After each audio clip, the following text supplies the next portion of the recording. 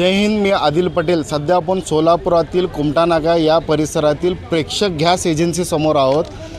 आत्ता दुपारचे 12:15 झालेले आहेत आणि ऊन 43 डिग्री आणि गॅस घेण्यासाठी तुम्ही गर्दी पाहू शकता एजन्सीच्या बाहेर।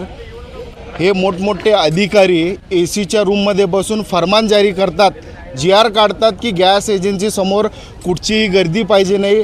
4 दिवसात तुमच्या घरापर्यंत सिलेंडर घरपोच होईल। गॅसचा तुटवडा कुठं पण नाही, सरळ चांगलं चाललं आहे असं म्हणतात। पण ॲक्च्युअल पोझिशन काय आहे बघा तुम्ही, परिस्थिती काय आहे। तिथपर्यंत गर्दी लागलेली आहे, सकाळ धरून 43 डिग्री तापमान आहे। काय नाव आहे काका तुमचं? तुमचं नाव काय? बसवराज निंबार्गे। मला लेटर घ्यायचं आहे, मला फक्त हात सोडून बुकिंग केलं नाही। लेटर घ्यायचं मला, दुसरीकडे हे करून घ्यायचं आहे। मग काल बी आलो होतो, किती दिवस याचं असंच सांगा मला। आता फक्त लेटर घ्यायचं मला काय टाकी बिकी घ्यायचं नाही मला। काल बी आलो होतो, काल बी असंच म्हणले। एक तर लांब आहे आम्ही, आता दोन टाकीची लाईन वेगळी आहे आणि इथं लाईनला थांब म्हणते नंबर घ्यायला। आता सोडायला आता इथं बघू शकता तुम्ही, इथं टाक्या देत आहेत डायरेक्ट एजन्सीकडून। प्रशासन म्हणते की एजन्सीच्या बाहेर आणि गोडवांच्या बाहेर तुम्ही टाक्या देऊ नका, घरपोच करा। पण सध्या स्थिती बघा कशी आहे की गॅस एजन्सीच्या बाहेर हे टाक्या देत आहेत। घरपोच भी टाकी मिली नाही, केवायसी करून 15 दिवसांनी भी टाकी मिली नाही।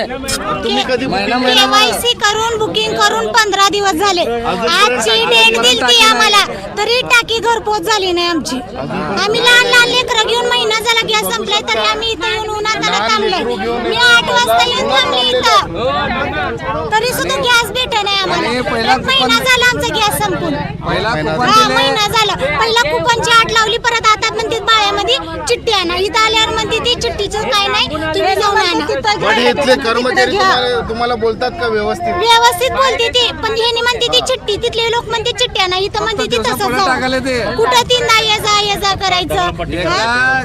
चिठ्ठी एकदा कुपन दिले, 15 दिवस झाले, परत काय म्हणते ते केवायसी करा, परत केवायसी करा म्हणते ते 15 दिवस। तुम्ही बघू शकता ही जी काय गॅस टंचाई आहे ही कृत्रिम होत आहे। याच्या पाठीमागे हे डिलेवरी बॉय आहेत, जे त्यांचं काम आहे घरपोच डिलेवरी करण्याचं। हे यांचं काम चोख करतात का? आणि एसीमध्ये बसलेले अधिकारी यांना असं आहे की तुम्ही एसीमध्ये बसून फक्त फरमान काढण्यापेक्षा कधी इथं फील्डवरती येऊन इथं लोकांना विचारा की या लोकांना नेमकी समस्या काय येत आहेत। कॅमेरा पर्सन मुजाहिद बंदालसह मी आदिल पटेल, हल्ला बोल न्यूज, सोलापूर।